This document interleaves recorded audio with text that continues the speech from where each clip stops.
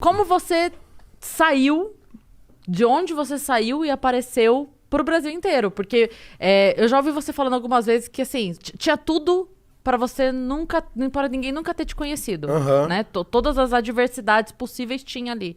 Então, como é que foi esse Paulo, criança? Como era? O que... Bom, eu desde muito cedo sabia o que eu queria e eu sabia que era muito difícil. Então, desde muito cedo, eu estudei tudo que eu tinha para estudar, mesmo assim. Eu fazia todo e qualquer curso que eu tinha oportunidade. Eu fui uma pessoa muito formada pelo Sesc, lá em Palmas.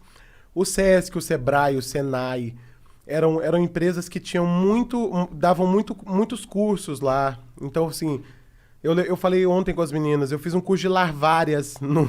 A gente falando sobre máscara, eu falei... eu fiz um curso de larvárias, eu entendi larvárias. Eu sei, é uma máscara. Um tipo de máscara que não tem uma feição exatamente. Então, ela tanto pode ser uma máscara feliz quanto uma máscara triste, depende do seu corpo. E eu fiz um curso de larvárias junto com um curso de manipulação de bonecos. Então, eu fiz todo e qualquer curso relacionado à minha área. Até não relacionado à minha área também. Eu fiz curso de operador de empilhadeira, porque eu falei assim, se algum dia eu fizer um personagem que precisa empilhar...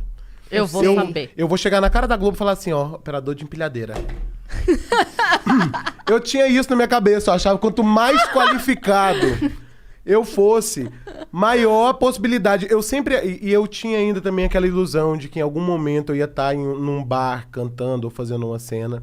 E ia chegar um cara e falar assim, tudo bem? Começou, Paulo Vieira, eu sou diretor da Globo, você vai ser a estrela da minha nova novela, porque você sabe... empilhar coisas. Tu fez o curso de operador de empilhadeira, né? Era o que eu tava precisando.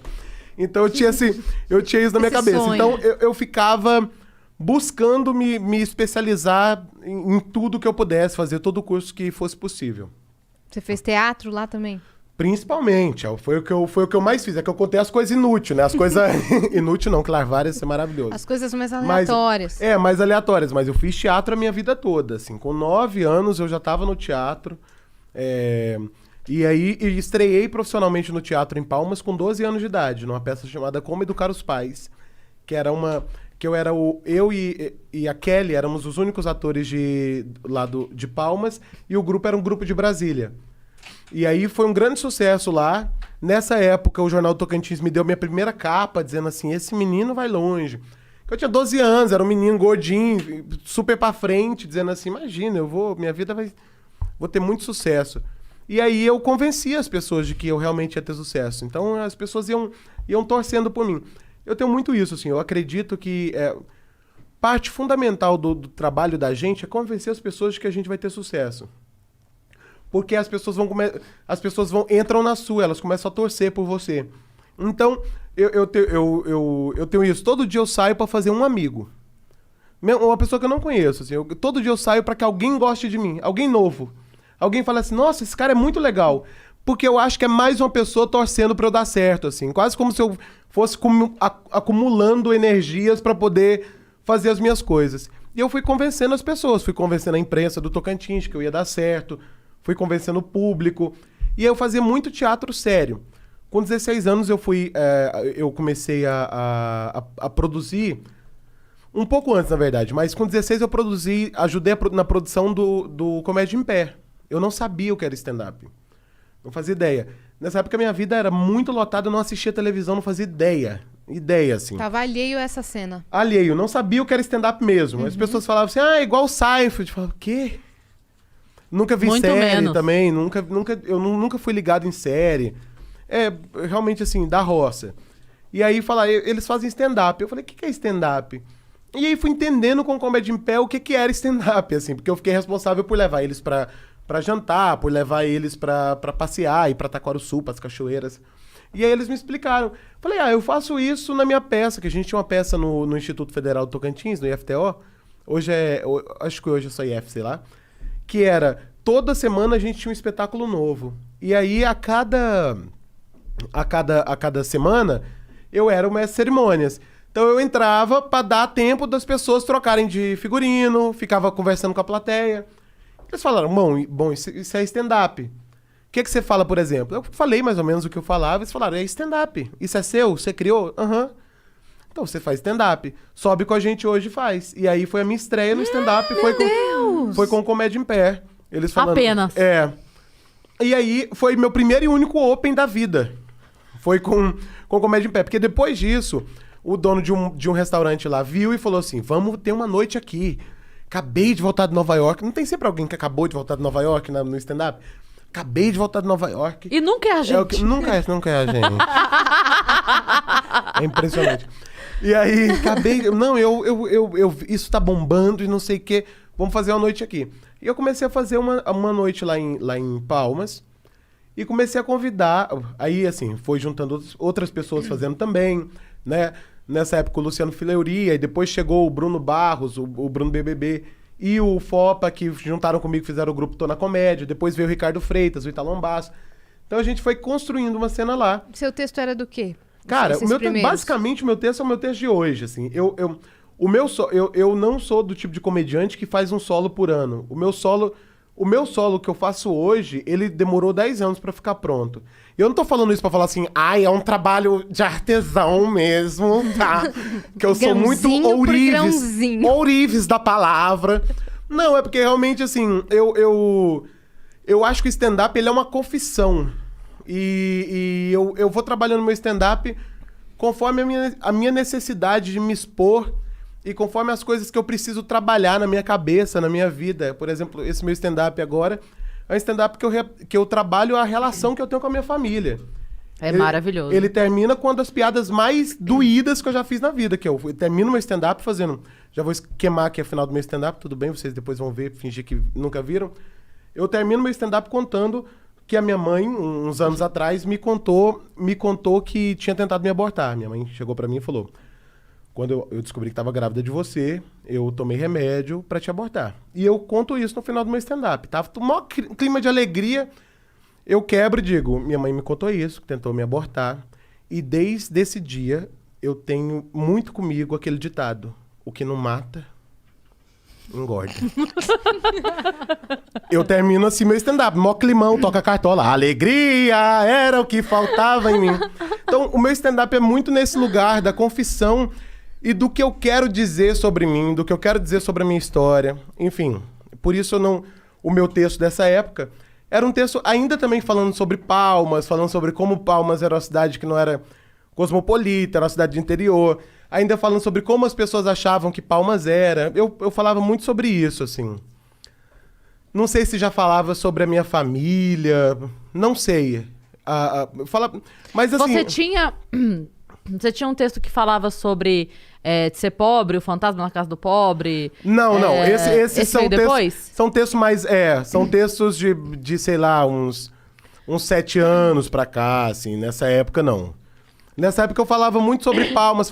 E eu falava muito sobre política lá. Falava muito. Tanto que o Edinho do Avia muito fazer show com a gente e ele falava assim, o Paulo só vai descansar quando ele for assassinado no Tocantins e virar um Marte da comédia. Tipo assim, um Marte... Porque eu fazia muita piada Tipo, uma vez tinha um político em Palmas que foi condenado por trabalho escravo. E ele tava na plateia uma vez. Aí eu fui e falei, vamos cantar junto um dia no karaokê, aqueles escravos de Jó jogavam caxanga. E aí, eu sempre quis ser essa pessoa sem limite na política de lá. Sempre quis ser saber o que eu podia fazer. Muito nessa vontade de me encontrar também. Uhum. Muito querendo saber quem sou eu, assim, que tipo de voz eu tenho. Eu sou uma voz ousada? Eu sou uma voz de ruptura? Ou eu sou uma voz de... eu tava vindo pra cá e passou uma gostosa, sabe? Assim, que tipo de voz eu sou? E o Tocantins me ajudou muito na construção disso. E a cena de São Paulo não sabia que eu existia. Só que como eu ia levando comediantes pra lá pra fazer show com a gente, a galera começou a voltar e a falar bem de mim aqui em São Paulo. Nessa época eu conheci Cris, não foi, Cris? Sim. Você foi lá fazer comigo. Conheci Morgado. Morgado me ajudou muito. Falou muito bem de mim aqui em São Paulo. Muito. Isso faz diferença pra caramba. Né? Muito. E aí as pessoas vinham falando... o Oswaldo Barros, a galera de Sorocaba toda. Enfim, uma galera ia fazer show comigo, voltava falando bem, assim. Fábio Lins, todo mundo. O Murilo Couto, que eu levei pra fazer o primeiro mico. E aí essa galera que ia falando bem de mim, até a Fernanda do Comedians querer me marcar. E aí um dia eu recebo no meu e-mail... Isso foi pré-risadaria? Pré-risadaria.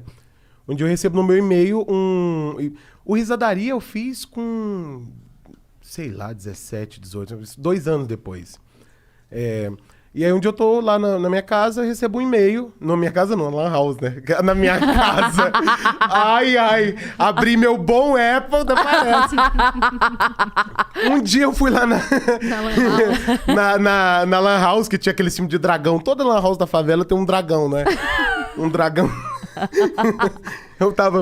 Fui na Lan House e vi lá um e-mail da Fernanda. Oi, sou a Fernanda do Comedians, queria te marcar aqui. Falei, nem pensar. Tem um síndrome do impostor, né? Eu falei... não vou fazer. E fiquei ignorando e-mails da Fernanda. Você tá brincando? Falei, não vou fazer. Não vou fazer. Ela conseguiu o telefone da minha casa, me ligou lá em casa, que eu não tinha celular na época. Ela ligou lá em casa, meu pai falou, não, aqui a gente faz salgado, não tem... não, é que eu quero falar com o Paulo, deixou um recado. E eu ignorando ela. Falei, eu não vou, porque eu não tenho condições de estrear em São Paulo. Não tenho graça em São Paulo. Tenho graça aqui. Não imagina ter graça em São Paulo. E aí, quando eu fui inscrito no Risadaria pelo Bruno, do meu grupo, ele falou assim, Gordinho, inscrevi todo mundo. E aí eu fui passando. Quando eu vim pra final, no dia da final, quando eu desço do palco, a Fernanda pegou no meu braço e falou assim, por que você tá ignorando meus e-mails? Eu falei, olha, eu vou te explicar, porque eu sou uma pessoa que minha autoestima não é assim pra estar fazendo comedians. Minha autoestima, eu vou ficar lá no Tocantins, e eu vou trabalhar isso lá. E aí o dia que eu me sentir pronto, que é nunca, eu nunca me sinto pronto pra nada. E aí o dia que eu me sentir pronto, eu venho. Ela falou, não, você vai fazer comedians. Eu falei, eu não tenho texto pra São Paulo, porque pra fazer comedians naquela época, você tinha que ter de 15 a 20 minutos. Né? Eu falei, eu não tenho, meu texto pra São Paulo é no máximo 10 minutos. Ela falou assim, pois eu vou te marcar, você vai fazendo 10, depois você faz 11, depois você faz 12. E eu comecei no comedians assim, feed patrão. Porque, com privilégios que ninguém tinha. Eu fiz 8 minutos no Comedians a primeira vez que eu fiz. Desci do palco. Depois, e ela começou a me marcar todo mês. E o Risadaria também me deu uma super força, que começou a me colocar em tudo, e eu me vi obrigado a vir pra São Paulo. E a estar na cena. Foi muito assim um conselho também que a Bibi Ferreira me deu uma vez. Eu tava montando Gota d'Água, que eu era ator sério. E eu tava montando Gota d'Água. Né? Chico Buarque? Chico Buarque. E Paulo Pontes. E aí eu fui falar com ela. Eu falei assim, Bibi, sei lá, eu tinha 14 anos. Falei, Bibi, eu quero muito ir pro Rio, tentar a vida de ator lá. E ela falou assim, fica aqui e cresça aqui. Quando você achar que não tem mais o que você fazer aqui, você vai. Deixa que o próprio mercado de lá, quando você se destacar aqui, vai te puxar.